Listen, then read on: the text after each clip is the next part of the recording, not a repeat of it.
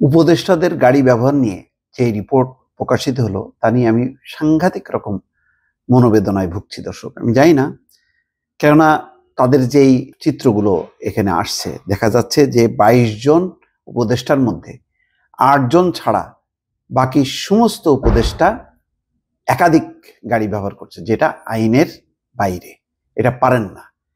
এগুলো হয়েছে শেখ হাসিনার মন্ত্রীদের আমলে বা আগের পলিটিক্যাল গভর্নমেন্ট আমলে। তো এগুলো নিয়ে তো আমরা সমালোচনা করেছি।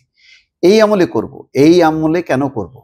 এই আমলের তো তারা জুলাইয়ের সেই গণঅভ্যুত্থানের চেতনায় তাদেরকে একেবারে উজ্জীবিত হবার কথা।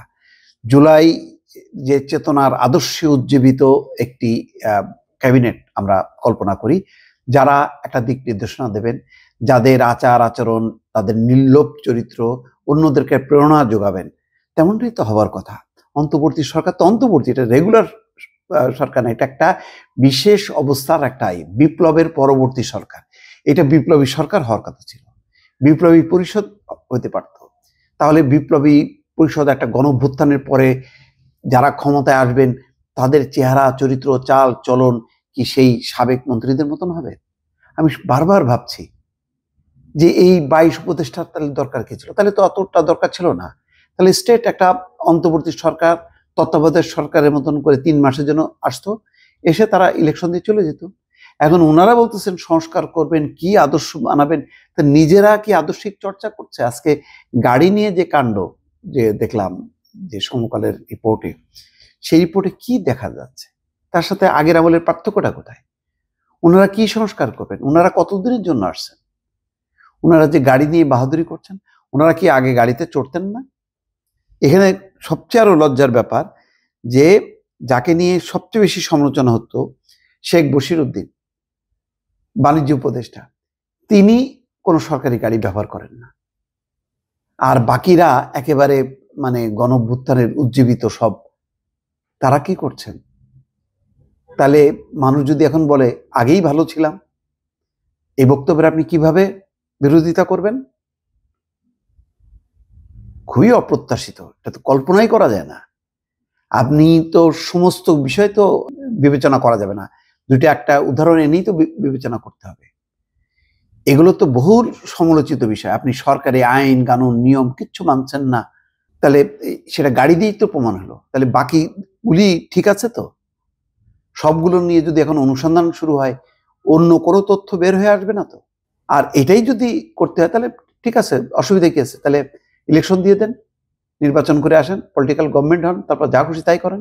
এটা মানে খুবই ডিসঅ্যাপয়েন্টেড, মানে খুবই হতাশার বিষয়। এইটা কল্পনা করি নাই। আবার বলতাম যে এই আগের মন্ত্রিসভা দেখুক, আর এই দেশটার কেউ দুর্নীতি করে না, স্বচ্ছ সবকিছু। কোথায়? এক গাড়ি নিয়ে যে কেচ্ছা কাহিনী বেরোলো 6 মাস যাইতে না যাইতেই, তাতে আর বাকি আরো যে কি অপেক্ষা করছে আমাদের জন্য আল্লাহ জানে। দেখেন, এখানে বলা হচ্ছে যে বিধি অনুযায়ী উপদেষ্টাদের একটি করে সরকারি গাড়ি পাওয়ার কথা। ক্ষমতার অপব্যবহার করে কোনো কোনো উপদেষ্টা নিজের ও দপ্তরের নামে 3 থেকে 4টি সরকারি গাড়ি দখলে রেখেছেন। ওয়াই? জবাব দিতে হবে। এটা কোনো নাগরিক যদি এখন মামলা করে কি করবেন? মামলা না করলেও আপনি নৈতিক দায়িত্ব থেকে কি রেহাই পাবেন? নীতি নৈতিকতা থাকলো এখানে? সংশ্লিষ্ট উপদেষ্টা পরিবারের সদস্যরা সেই গাড়িতে সওয়ার হচ্ছেন। দেখেন, শুধু তাই নয়, উপদেষ্টার একান্ত সচিব, সহকারী একান্ত সচিব, জনসংযোগ কর্মকর্তারাও কোনো কোনো ক্ষেত্রে গাড়ি হাঁকাচ্ছেন। অথচ দেখেন, উপদেষ্টা বলছেন যে আমরা শাসন কাজ পরিচালনার জন্য আসিনি, আমরা নিজ নিজ পেশায় সন্তুষ্ট। তো কোথায় নিজ নিজ পেশায় সন্তুষ্ট? শাসন কাজ পরিচালনায় আগ্রহী না, গাড়ির ব্যবহারের ক্ষেত্রে এত আগ্রহী কেন? বিশ্লেষকরা মনে করেন জনগণের স্বার্থে অন্তর্বর্তী সরকার নিয়মের চর্চা প্রতিষ্ঠা করবে, এটাই সবার প্রত্যাশা। উপদেষ্টারা যেভাবে গাড়ি দেদার ব্যবহার করছেন তা বৈষম্য বিরোধী ছাত্র আন্দোলনের মূল চেতনার সঙ্গে সাংঘর্ষিক। সমকালের অনুসন্ধান বলছে অন্তর্বর্তী সরকারের 22 উপদেষ্টার মধ্যে 8 জন ছাড়া বাকি সবাই একাধিক সরকারি গাড়ি ব্যবহার করে। একমাত্র বাণিজ্য উপদেষ্টা শেখ বশিরউদ্দিন সরকারি গাড়িতেই চড়েন না।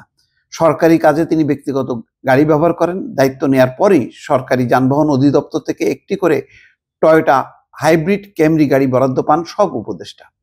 দৈনিক 18 লিটার জ্বালানি তেলের সমপরিমাণ টাকাও পাচ্ছেন তারা। তবে অনুসন্ধানে দেখা গেছে কয়েকজন উপদেষ্টার পরিবারের সদস্য ব্যবহার করছেন বিভিন্ন দপ্তর ও সংস্থার প্রকল্পের দামি গাড়ি। তাহলে তো সেই আগের আমলেই হয়ে গেল, কি লাভ হলো এই পরিবর্তনে? এই জন্য বিভিন্ন দপ্তর থেকে যোগান দেওয়া হয়েছে একাধিক চালকও। এসব বাড়তি গাড়ির পেছনে চালক, জ্বালানি ও রক্ষণাবেক্ষণ খরচ বাবদ গাড়ি প্রতি সংশ্লিষ্ট দপ্তর থেকে প্রতি মাসে গচ্চা যাচ্ছে প্রায় লাখ টাকা। না, এটা চলতে পারে না। আমি অনুরোধ করব যে প্রধান উপদেষ্টা এটা নজরে আনবেন এবং খুব দ্রুত বেগে এই ব্যাপারে নির্দেশনা দেবেন, আগামীকাল থেকেই যাতে এই অনিয়ম চলতে পারে না। টিআইবির প্রধান ইফতেখারুজ্জামান বলছেন, রাষ্ট্রীয় সম্পদের অপচয় এবং নিয়মের ব্যত্যয় যাতে না হয় সেদিকে খেয়াল রাখা এই সরকারের জন্য জরুরি। অন্তর্বর্তী সরকার এমন কিছু নজির স্থাপন করবে যেটি পরে যে কোনো রাজনৈতিক সরকারের জন্য দৃষ্টান্ত হবে। আমি তো সেটাই বলছি, তাদের দৃষ্টান্ত স্থাপন করতে হবে। আর যদি সেটি না করে একই ধারায় অব্যাহত রাখে, তাহলে সেটি ক্ষমতার অপব্যবহার এবং দুঃখজনক হবে এবং বৈষম্য বিরোধী ছাত্র আন্দোলনের মূল চেতনার সঙ্গে সাংঘর্ষিক হবে। জনগণের স্বার্থে নিয়মের চর্চা প্রতিষ্ঠা করবে, এটাই অন্তর্বর্তী সরকারের কাছে সবার প্রত্যাশা। এই জন্য গাড়ি সহ সকল যে কোনো সুযোগ সুবিধা ব্যবহারের ক্ষেত্রে নিয়ম অনুযায়ী যেটি প্রাপ্য, এর বাইরে যেন অপব্যবহার না হয় সেটি নিশ্চিত করা এই সরকারের দায়িত্ব। আমরা দেখব যে এই ব্যাপারে সরকার কোনো পদক্ষেপ নেয় কিনা। দর্শক, ভালো থাকবেন। আল্লাহ হাফেজ।